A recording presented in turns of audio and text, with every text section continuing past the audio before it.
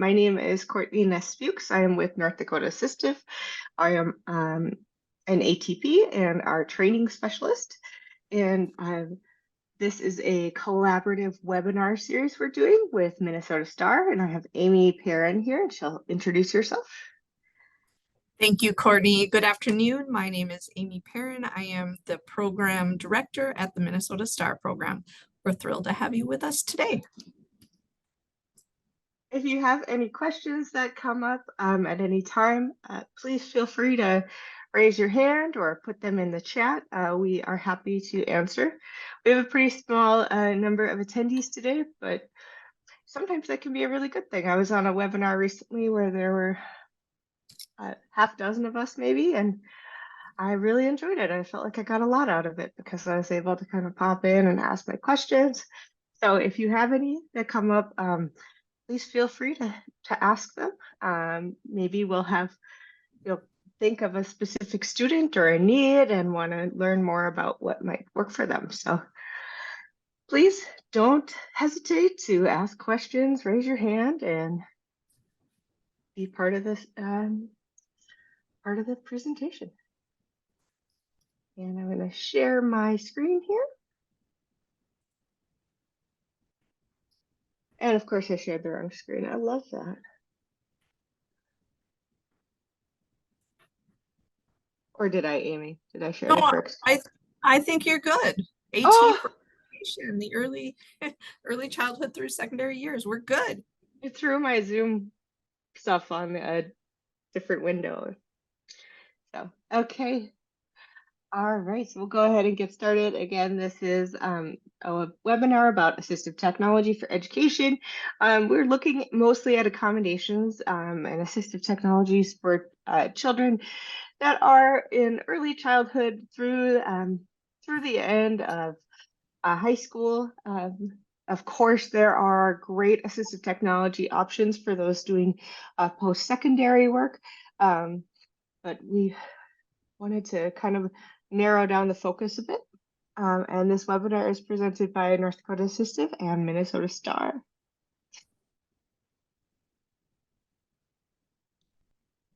So first off, we just wanted to get started with what a definition of assistive technology is.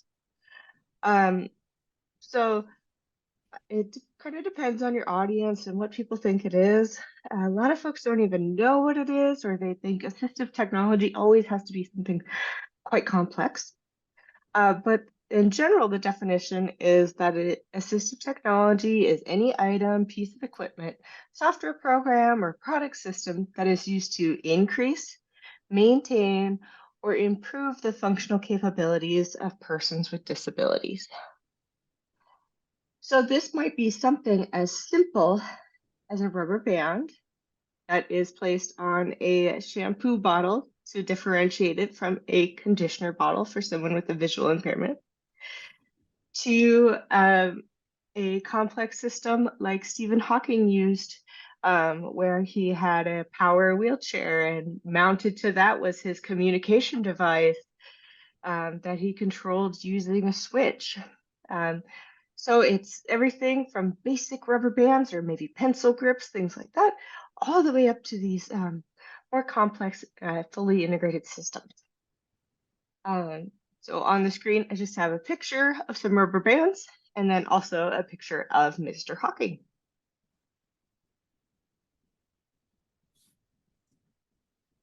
We wanted to give some reminders about what assistive technology is not. There's a picture on the screen of a magic wand with a big X through it, because assistive technology is not a magic wand.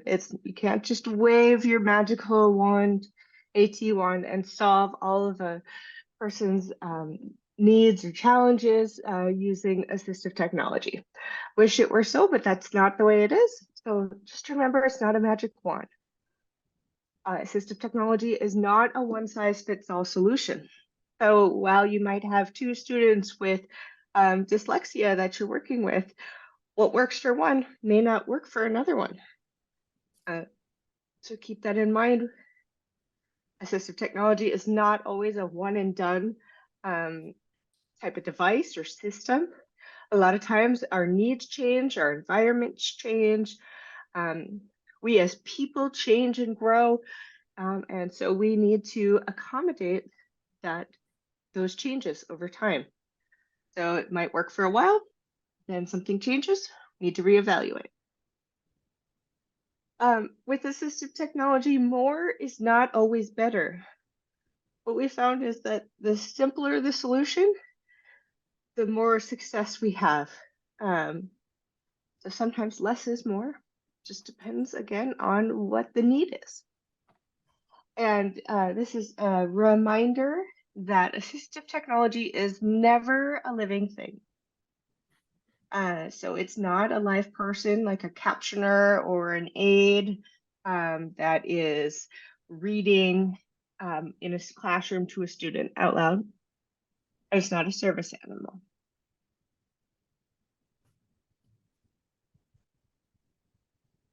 Okay. So now we're talking about what are assistive technology services. So there's assistive technology devices and services, and they are all part of the AT puzzle. So they all work together to hopefully find a solution for someone. So parts of that puzzle are, identifying what a potential AT devices and services are that could work for a person, a student.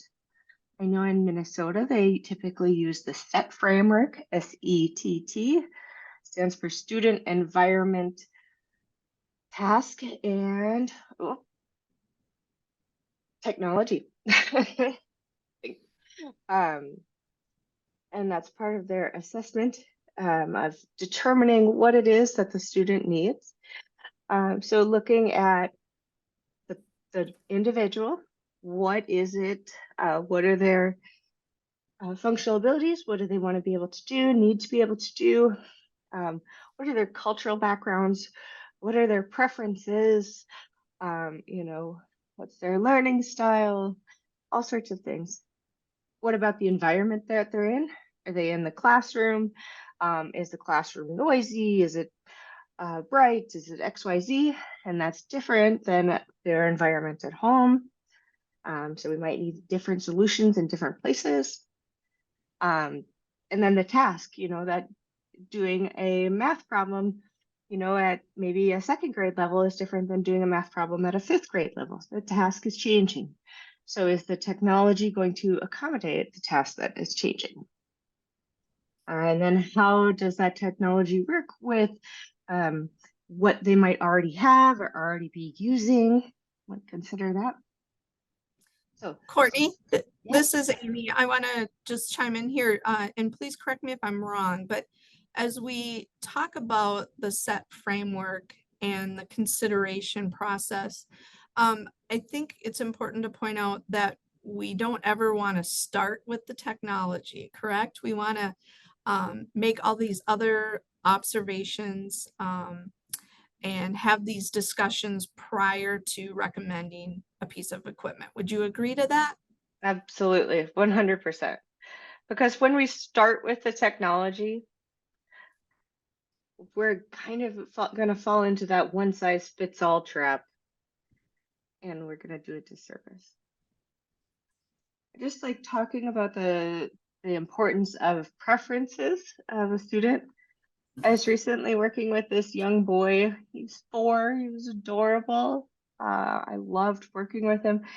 And we were trying out some different pencil grips, and we tried some different ones out, and I could see, based on what I was observing, that the specific one I thought would probably work best for him. But when I asked him which one he liked the best, it was the red one, which was not the one I thought. Turns out red is his favorite color. So no matter what, the other ones felt like or improved his ability to do that writing task, he liked the red color. So that is a preference of his that's so important to keep in mind. And those preferences can be the difference between success and failure with assistive technology. This is Amy. Courtney, were you able to get him a red pencil grip? Oh, I'm still working with him, so Okay. it was just recently. Okay. Um, some other assistive technology services, again, that are part of the puzzle are, you know, making sure that the student receives training. Um, the student and their support network receives training on how to use that device. It's wonderful. We can plop this $1,000 device in front of them and say, yes, this is going to work. It's going to, solve the need. And if we don't train on it, it's just kind of a brick sitting there. So it's important to make sure we do a proper training and follow up, and then also setting up devices or can be very important as well. Okay, so now we're going to get into some different categories of assistive technology as they can relate to the school-based environment. Um, what I've done is list different functions of these devices, and then on our resource sheet that we'll be sharing, there might be examples of where you can go to find devices that fit those functions um, and things like that. So I'm so clicky, as always. So our first category is a cause and effect. We have to know cause and effect. And so when we're starting out, there are switch adapted toys. Also toys that might have a built-in switch or a button. So on the screen, I have a device from Enabling Devices. It's a switch adapted LED fan. So it's blowing wind and lights up and has these pretty colors like a a fair that you're at. And so this could be a good solution for a child that maybe is visually impaired, but when they know that when they hit the switch, they're getting the breeze. The cause is them hitting the switch. The effect is that they get the breeze and maybe they see a bit of the lights. So there's tons of adapted toys out there on the market. And I know that in our loan program for North Dakota, and I'm sure same as for Minnesota, these switch adapted toys are a big deal because they're expensive and it's nice to be able to try a few out. So keep that in mind that you can loan these devices for a short-term trial to see which one your student might like the best or works best for their needs. Courtney, this is Amy. I'd also like to add if if you are working in a school and you're looking for resources to purchase some of this equipment, besides borrowing it from our libraries, both North Dakota Assistive and Minnesota Star can certainly direct you to different vendors that do carry these type of devices. And then also for those in Minnesota, we can potentially connect you with a resource who historically has been able to donate some switch adapted toys. It usually happens around the holiday time, but if your school has not benefited from the switch adapted toy program, feel free to reach out to us and we can give you more information on that for Minnesota schools. Nice. And in North Dakota, I know that the NDSU Department of Engineering students often do a hackathon where they take standard toys you buy at Target or Walmart and make them switch adapted. So that is also an option. I haven't heard yet if they're doing it this year or not. So, but they have for the last several years. So I'm going to take a guess and say they are. You can also switch adapt toys yourself. And in the resource page, I've linked to a couple resources that can walk you through the process of switch adapting toys on your own.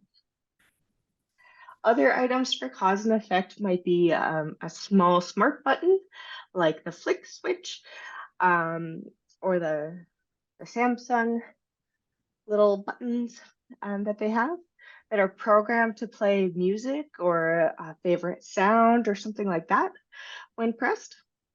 So that's an option. And again, with cause and effect, just remember the importance of preferences. It might be something as simple as finding a switch that's the favorite color of that child. You know, there's red, green, blue, yellow, pink. Maybe the child's favorite color is yellow, and they won't respond to any of the others, but they see that yellow switch and they're like, yep, this is the one, and they start, and it starts clicking. So it's so important to know the person you're working with. We're going to go into devices for hearing now. So again, these are just kind of general categories and functions of devices. Of course, there are hearing aids. Additionally, there are personal listening systems or small handheld amplifiers that you wear headphones or earbuds with. There are full classroom amplifiers and also FM systems. And those can be helpful not only for students with hearing impairments, but for those who need help with their attention and focus. Can be very helpful to kind of bridge that sound gap in between and help them narrow in on what they are wanting to listen to with their teacher. There are alerting devices that can alert someone to important environmental sounds. So, you know, in the home, it might be the sound of the doorbell or the smoke alarm or a baby sister crying or something like that. So there are standalone devices that can do that. On the slide here, I have a picture of the sonic bomb alarm clock, which hypes itself up as being the loudest alarm clock that's out there on the market. It has a super loud sound that goes off when the alarm goes off, but it also has a bed shaker. So it's this little kind of hockey puck sized thing that will vibrate intensely when that alarm is going off. And they have environmental alerting systems for home that have bed shakers, flashing strobe lights, different types of option. Courtney, this is Amy. I just wanted to chime in on this one too. For a lot of technology, I'm guessing you probably see the same thing where it maybe has been created or developed for one particular purpose. So in this case, we're talking about hearing, but oftentimes we'll find ways to use the devices for other needs. And with this slide, two items came to mind for me. And you mentioned the classroom amplifier. Not only does it benefit those who maybe are struggling to hear things, on the flip side, it could benefit the person who is speaking. So I can think of a situation where I was working with an educator who had had some vocal surgery, and it was really hard for her to project her voice. And so by using the classroom amplifier, she was able to, clearly communicate to her students and not put any additional strain on her voice. So that worked out really well.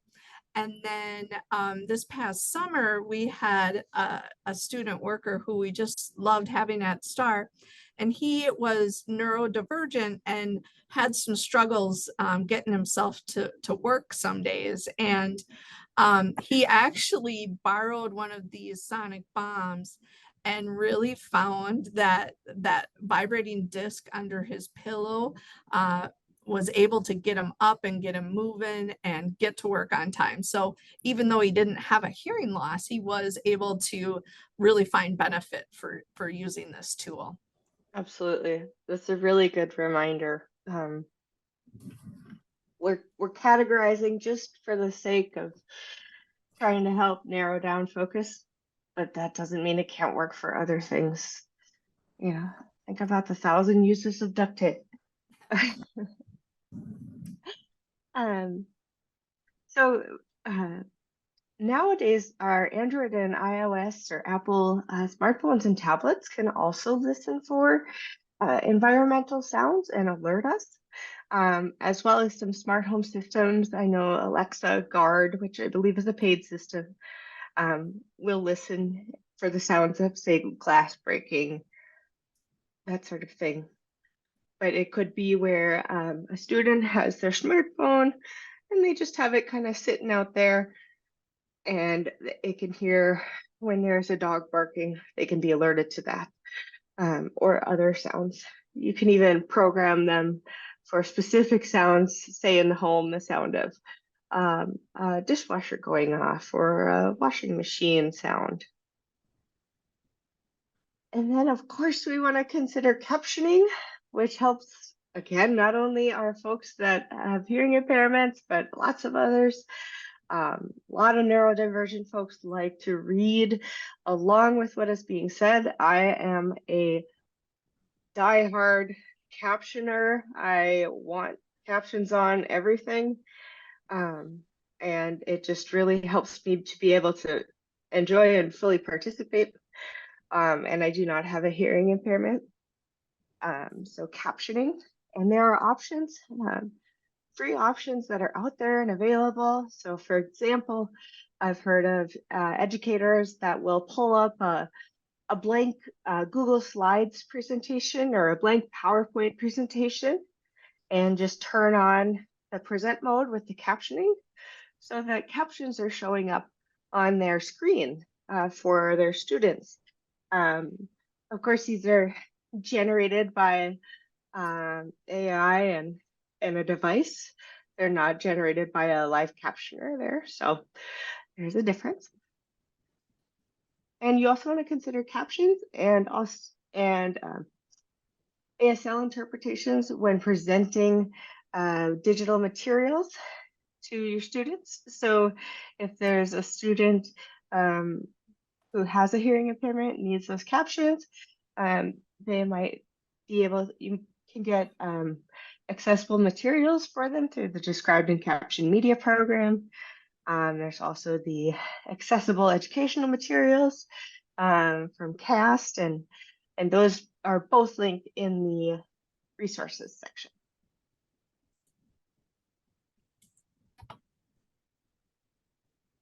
For vision, that's our next slide I've moved on to. Tons of options. Each one of these categories could be its own hour-long session. So keep that in mind.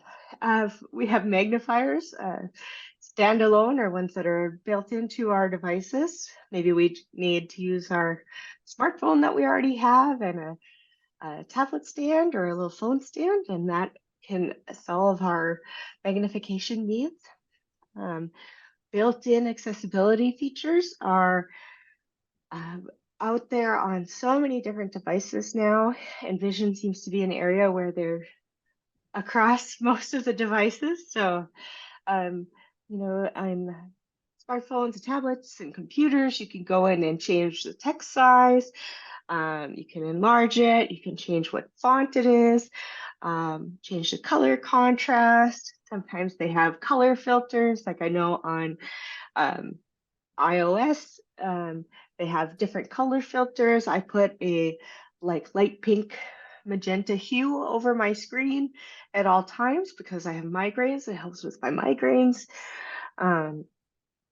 These things are built in. There are colorblind filters on Windows and Macs, again, Androids and iOS devices. So those are some really good options. Looking at built-ins, again, we can also have spoken content, which is when your screen, the content that's on your screen, like a news article or an email, is read aloud to you. So there are ways that you can just choose, say, a small portion of the text that you want read aloud, or it could be where you want the whole screen read aloud. And that can be separate from a full-on screen reading software. So it could be maybe they just need a little extra support for certain areas or certain kinds of text. There are different ways to do that. Also for accessibility features, I love Immersive Reader, which is offered by Microsoft as a software that runs on Edge, the Edge browser, and it will create a customized reading environment for you. So if there is an article that your students are reading, They open it in Immersive Reader. Immersive Reader can take and strip out all that extra visual clutter that can be there for articles. And then you can also change the font size, what font it is. You can change character spacing, so adding more space between each character. You can change line spacing. A great tool for someone with dyslexia. You can throw on color filters. You can put on a line guide where, say, you only see one line of text at a time or 3 lines of text at a time to help narrow in the focus. And of course, thinking about large print and braille materials, those are not technically assistive technology, but they are what's considered accessible educational materials. So as Kirsten said recently when Amy and I were meeting with her, they're 2 sides of the same coin. So you can have great assistive technology, but if your materials aren't accessible for that assistive technology to work with, it doesn't, you're not doing anyone any good. So accessible educational materials provide access for students, whether they need large print versions, braille versions, they need, lost my word. Lots of options. I'll find it again. It'll come. Think about that. Again, we have resources that are linked that we will share with you about accessible educational materials. CAST is the organization that is one of the leaders in that realm, and they have webinars available and you can get those materials for free for students. So keep that in mind. There's also things like Bookshare, where you can get ebook versions of textbooks, large print versions, different options. For folks with vision impairments, we also want to consider alt text, which is a text description of a picture or describing a picture. So on this slide, I'm going to give you a description of the picture on there. When I send it out, there will be alt text for the picture. So someone that isn't visually able to see it can still know what the content of that item is. So for alt text or a description of this picture, there's a man who is smiling, and he is being screenshotted or taken a picture of by someone with a smartphone. There's a small square around his face, and there are some different buttons on the bottom. The one that is highlighted is an icon of a person, and this is the Seeing AI app, which is free from Microsoft. It works on iOS devices. So alt text or a written equivalent for visual content. Pictures worth 1,000 words. Try to keep it to a sentence. It can be difficult to do. And then for videos, audio descriptions of what's going on. It's basically alt text for a moving picture. And there are great resources out there about how to write alt text. I've probably attended 8 hours of sessions on writing alt text, and I feel like I'm still at a kind of a novice level with it. It is an art, but we just keep getting better as we practice. Also for vision, there are devices and apps that can help with identifying people, items that you might be holding, like if you're in the grocery store, trying to figure out if you have a can of peas or the can of corn and they feel exactly the same in your hand. You could use, say, the Seeing AI app or the Envision AI app and your smartphone, and it'll scan and find the barcode and tell you what product you're holding. This is peas. Okay, that's what I wanted. Courtney, yeah. I'm sorry to interrupt. As you're talking about vision, this is a wonderful list that we've got here. And for some reason, I keep thinking about the littles and the little ones, and what are some of the tools and supports that we see used for some of the younger kiddos.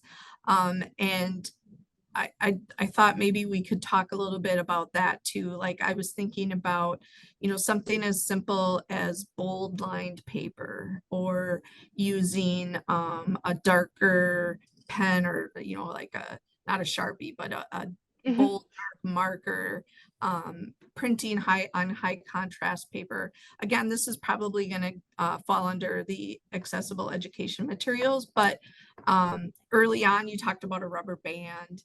I'm also thinking of some recorded switches, like talking bricks, for example. Maybe if the child is learning how to navigate in the classroom, we could have, a pre-recorded switch by the restroom, or, just do you have any other thoughts on ideas that we could share about low vision resources for the younger kids who aren't necessarily going to be able to use the cell phones? And I'm sorry, I just threw this out to you, rogue.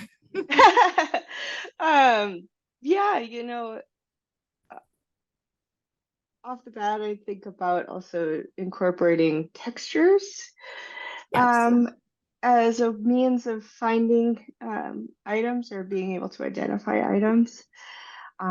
Again, like you said, high contrast, considering the contrast between the surface of, say, a desk and the paper that they're working on.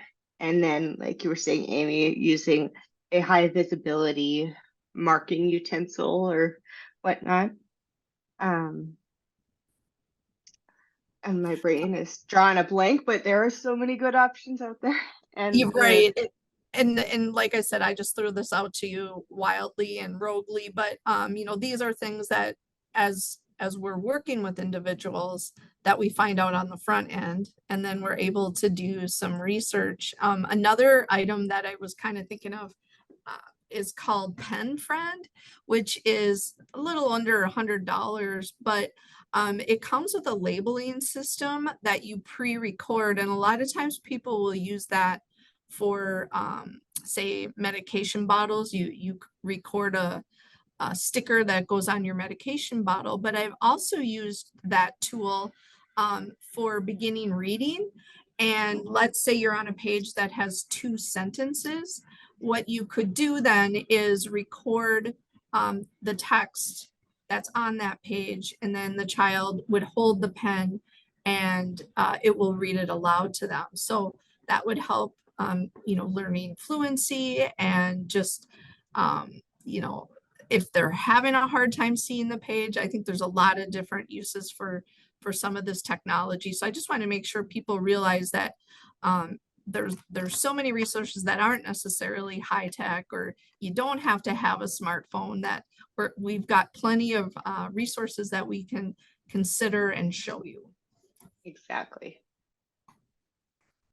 And lastly, under vision, considering navigating and wayfinding, um, using apps and devices for that. This is not using another person or a guide dog, but using some assistive technology tools.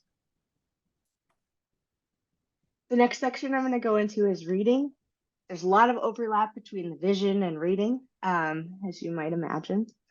Um, So thinking about maybe adding colored overlays or a reading guide, um, changing the text font and size if you're using digital materials, um, simplifying your reading view and customizing it. On this slide here, I have a picture of Immersive Reader, that tool from Microsoft I was talking about. It's taken an article and put it into a simplified view. Um, there are no ads or anything on the side, and it's the line spacing has been changed, and it's also showing where the syllables are within the words. So it's a great tool that can be accessed for free on Chrome, on a Chrome browser. Um, Oh, it's called Postlight Reader, which is similar. So consider that. There's also, have text read aloud or text to speech, as it's sometimes called, using um, optical character recognition is often when it's the technology behind that. But you can snap a picture using a smartphone or tablet of printed materials and have it read out loud to you. Could be where you have a web page that's read out loud to you, or an article there. So those are some great options. And again, it's not having a person that's there doing the reading, but it's enabling that child, that learner, to learn how to do it on their own using assistive technology tools. So they have that independence. Also with reading, you want to think about maybe they would benefit from having a picture dictionary or a word dictionary that's quickly and easily available. There's some really fantastic reading and writing tools for assistive technology, such as Text Help. They have their read and write program. There's WordQ, which is a word prediction or word bank program, and others. I'm going to move to the next slide. I see there's something in the chat, Amy, and you got that? It's just me. I'm putting some links in there. I'm not sure if they're links on your resource or not. So Okay, thank you. yeah. For writing, reading and writing are kind of those two sides of the same coin again. For writing, we can think of real low-tech items like pencil grips or slant boards, changing that. Maybe they need a thicker density pencil. My little brother has some he has sensory processing needs, and he would break pencils constantly until they figured out he needed a fat, chunky one. He's golden with real dense lead. Fine, just fine.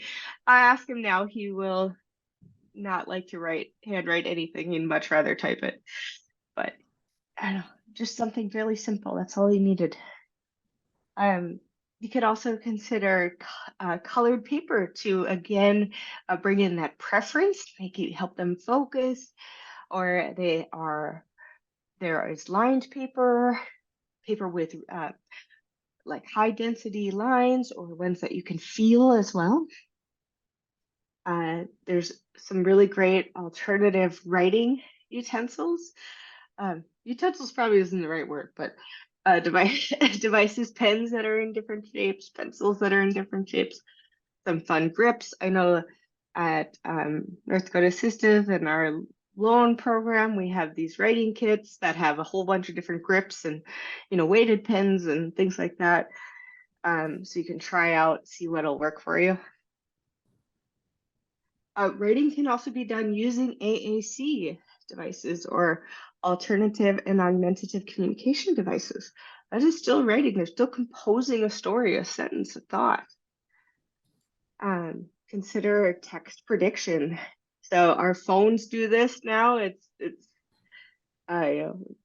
pretty ubiquitous with text prediction. So you start writing something, and based on the context, your device is guessing what the rest of the word will be, and in some cases, the next word. So text prediction. The image on the screen is of, I think this is Read and Write, which is the software by Text Help, and it is their text prediction that is turned on, and they're open to a Google page, and somebody has started typing in this document with the first letter I, then there's a space. Second letter, or the first letter of the second word is L, and then beneath that, there are 7 different words that start with L that it's guessing. So love, like, looked, look, learned, left, loved. So instead of having to type out that whole rest of the word, You can select the one you're looking for. So this is good if you're just trying to get the thoughts out of your head and get stuck on spelling, or maybe you're trying to reduce the amount of keystrokes someone needs to make. You can also consider word banks. So like having a list of words that might be used in an article that you're writing about photosynthesis, or you know, if students writing a paper about photosynthesis, and here's our word bank about words that pertain to photosynthesis. You can also consider graphic organizers and mind mapping. Again, you can do this on paper, you can do an app or a program on a computer. There's really powerful spelling and grammar checkers out there now, built in, and then also you can get add-ons such as Grammarly. And then, of course, for writing, using the built-in dictation features on our smartphones or our computers. Again, this is not dictating to Susan, the secretary. This is dictating to Siri and our virtual assistant, or dictating into a Word document, using our voice, get those thoughts out there on paper, and then we can go back and have it read aloud to us or review it. And there are full-fledged dictation apps, such as Dragon, which is also does voice recognition or speech recognition. So these are some different options for writing. For math, there are a lot of similarities again with writing and math, because you know we might have that dyscalculia. I can never say this word. Dyscalculia and dysgraphia. We know those often go together. So using that graphing paper to keep our problems in line, that might be what we need. Or we could use a different colored pencil for different steps of the equation to help us stay in line. We can use manipulatives like an abacus, or other tactile ones that you might have in your hand.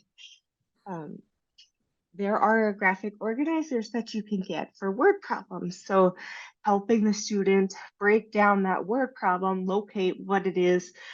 What are they actually asking? You know, how many watermelons are in my cart at Costco, you know, based on the size of the watermelon. There are calculators of all sorts, including talking calculators and ones for those who are low vision or blind. If writing out the equation is part of the difficulty, maybe the numbers kind of jump around, our handwriting is all over the place, and a graphing paper, we need a little step up from that. There are special keyboards out there that can input math equations for you. There's also now apps that you can snap a picture of a math equation and it'll come up on your screen, and then it keeps it all nice and lined up for you, so you can see. There are math solving apps, and they don't tell you the answer, but they help a student walk step by step through each equation. So like, here's the quadratic equation, and how do we solve for X? And you look through, and it'll help walk through each step, keep it all lined up and organized for them. So those are just some different ideas and things for math.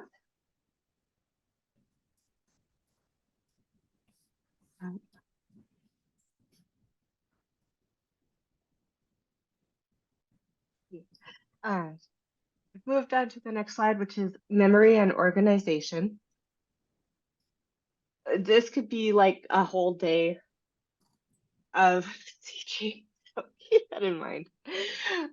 Some different things that can help with memory and organization in the classroom and success at home are visual planners, having visual reminders around throughout the environment. So that might be a sticky note, do this task, or it might be a picture icon of something. Remember to wash your hands at the sink, or it could be,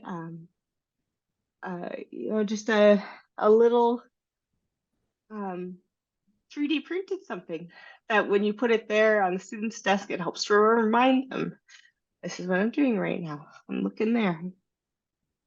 You can also consider color coding, how important that can be, and helpful for some students. You can consider using digital reminder systems for older students or at home. So things like our smart assistants like Siri and Alexa, using those, getting in the habit of adding assignments right away or reminders right away. So it could be, hey Siri, remind me in 1 week that I need to have my paper draft done.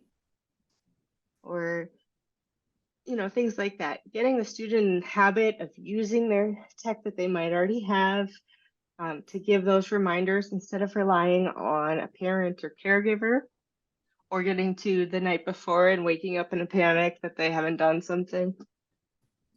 I think of that. There are some really fantastic reminder apps out there. So even the built-in reminder apps like iOS's reminder app, you can tag reminders by a category, you can color code them, you can have them go off depending on where you're at,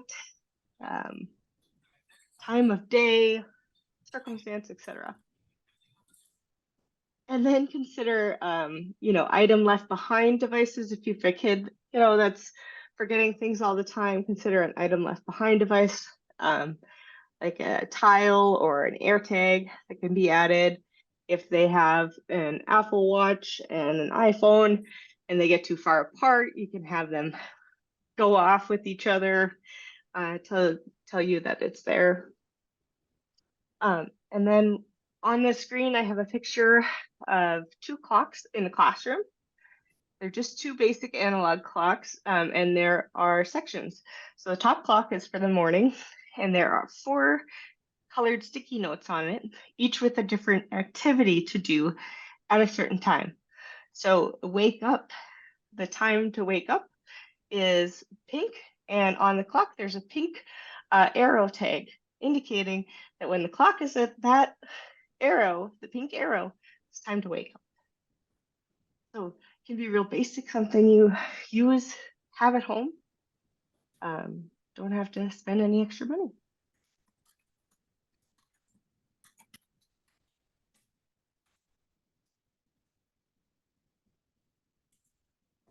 Yeah, get over a cold here.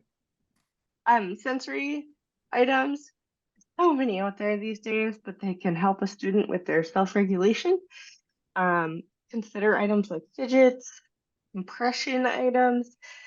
So maybe they like to wear compression clothing, or maybe they have some extra weight in their backpack, things like that. Alternative seating options, they abound. Alternative seating options are out there. Consider if you have a foot tapper. So like growing up, I was notorious for shaking my desk. Really, really bouncing because I was shaking my foot so much. And a foot fidget probably would have helped with that, so it wasn't quite so distracting for everybody else. I could channel my energy into something. So there's a picture of a foot fidget on the slide. It's just a basic chair that has a little, looks like a pool noodle that is being held onto the legs of the chair with a huge rubber band. You can bounce up and down on that and channel that energy into not shaking the entire desk and distracting everybody. There are things for visual stimulation or calming, depending on what the individual needs. And then same with sounds. You can do noise canceling headphones. Maybe they could use bone conduction headphones so they can still hear what's going on, but they have soothing sounds that they're getting through those bone conduction headphones that are playing specific calming music, frequencies, things like that. Daily living, we want our kiddos to be independent and be successful as they're able to go about life. So there's assistive technology for all areas of daily living, such as scheduling and reminders.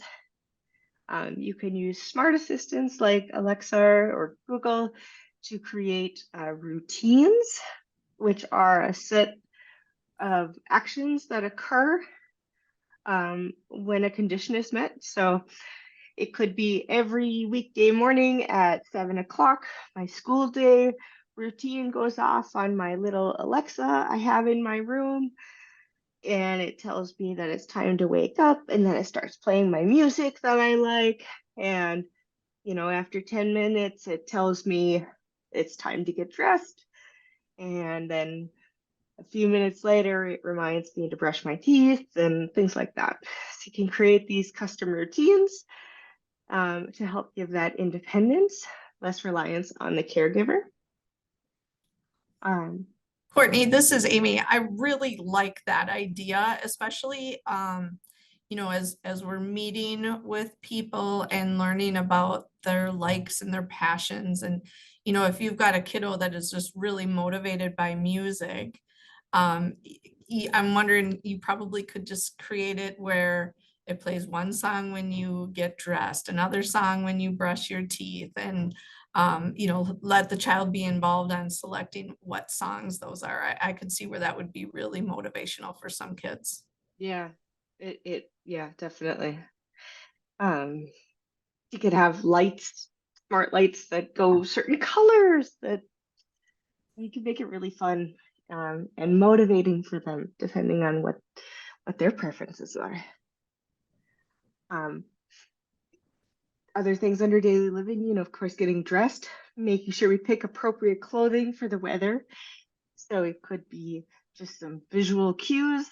The weather is snowy, so I need a sweater, pants, and socks. Or the weather is sunny, so I can wear, and warm, so I can wear a t-shirt and shorts. Could be where the smart assistant announces the weather each morning. And then if it says X, it's 22 degrees outside, I'd recommend you wear a coat, things like that. So helping with that independence and getting dressed. Of course, there are dressing aids for any physical needs, whether that's putting on shoes or socks, putting your hair up, personal cares, items to help with brushing our teeth and bathing and combing our hair. There's some really good options to help with those tasks. So maybe it's something simple like a long-handled hairbrush. Maybe we just need to add on some grips to a toothbrush to make it easier for them to hold on to. And whatever it is that child needs that help with. There's a cute little girl that's probably like 3 or 4 brushing her teeth in a bathrobe. That's the picture on the slide. I just kind of really love her. I thought she looked so funny. Also, there's ATM devices to help with toileting, eating and drinking, taking medications, and doing chores. So making that independence. I'm gonna kind of rush through a few here. I was thinking that I didn't have enough slides, and Amy's like, yeah, Courtney, that's never the case. There's just, like you said, so many of these topics could be 1-hour sessions on their own. So you're doing great, Courtney. I'll try and speed up here in the last couple minutes. Another area we want to consider is access. How is that student able to access whatever it is? And a lot of times this pertains to digital devices. So we can change touch settings on our devices. Maybe that's by turning on a dwell function on your phone or turning on sticky keys or filter keys on a Windows keyboard. Consider using styluses, maybe with different types of hand grips, or maybe it's a mouse stylus or a head stylus. You can use voice control now to use your voice to control a device, so you don't have to touch it at all. Same with head tracking and eye gaze software. That's all out there, and it's getting pretty good these days. There's switch access. So if you can hit an accessibility switch or pass over a proximity switch, that type of thing. Lots of different access. If you need assistance finding access methods or trying them out, please contact your AT program. I know that we have devices that can help with all of these different access methods, and they can be expensive or hard to know about. So that's what we're here for, to help. For speech communication or communication, I forgot to take the speech off of this. There's low and high tech devices. We are actually doing a separate webinar series about alternative and augmentative communication for school-based professionals. We had our first session last month. We'll have another one next month. We'd love for you to join us. We have lots of options there that can help with speech communication. But there can be low and high tech devices, everything in between, considering where things are mounted and how they're accessed. There's even voice amplifiers for folks that have real soft voices or need a little extra boost. Computer access is huge. Just real basic things, you know, there's low vision keyboards, there's stickers you can put on a keyboard that you might love that make the buttons visible to you. One-handed keyboards, mini keyboards, corded keyboards, on-screen keyboards that you control using eye gaze technology or a switch. There's screen reading software. You can do voice control. There are tons of alternative mice options out there, and these are really nice to be able to try, figure out what works for you and in your hand. I know this is one of the most common device types that we loan out in North Dakota is these alternative mice and keyboards. You can remap keyboards and mice for better functionality. You can have hotkeys or shortcuts that are programmed in.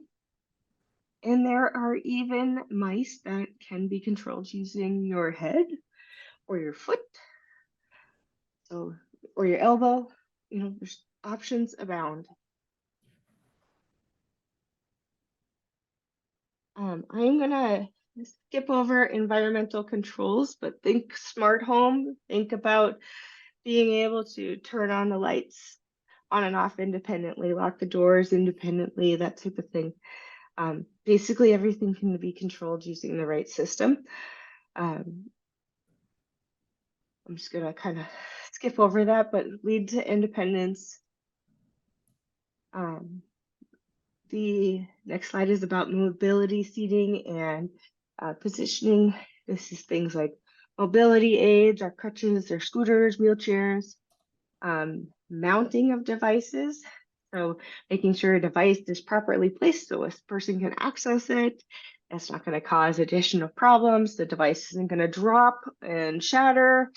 You know, those different types of things. And then positioning for comfort and safety. There's a picture on the slide of a individual using a tablet that has been mounted to a chair, and they are just pressing an icon on the tablet with their finger. And then lastly, recreation, sports, leisure. It's so important to have access to recreation. We learn through play, and there are many options out there, from beeping balls for children that cannot see the ball to special grips, or just add-on grip tape that you put on a baseball bat or a tennis racket. There are, board games that are accessible, tons of accessible gaming devices and programs, and really enthusiastic gamers that can help you figure out, okay, I want to play Fortnite, but I can't hit this button combination because, I can't use those two fingers. What do I do?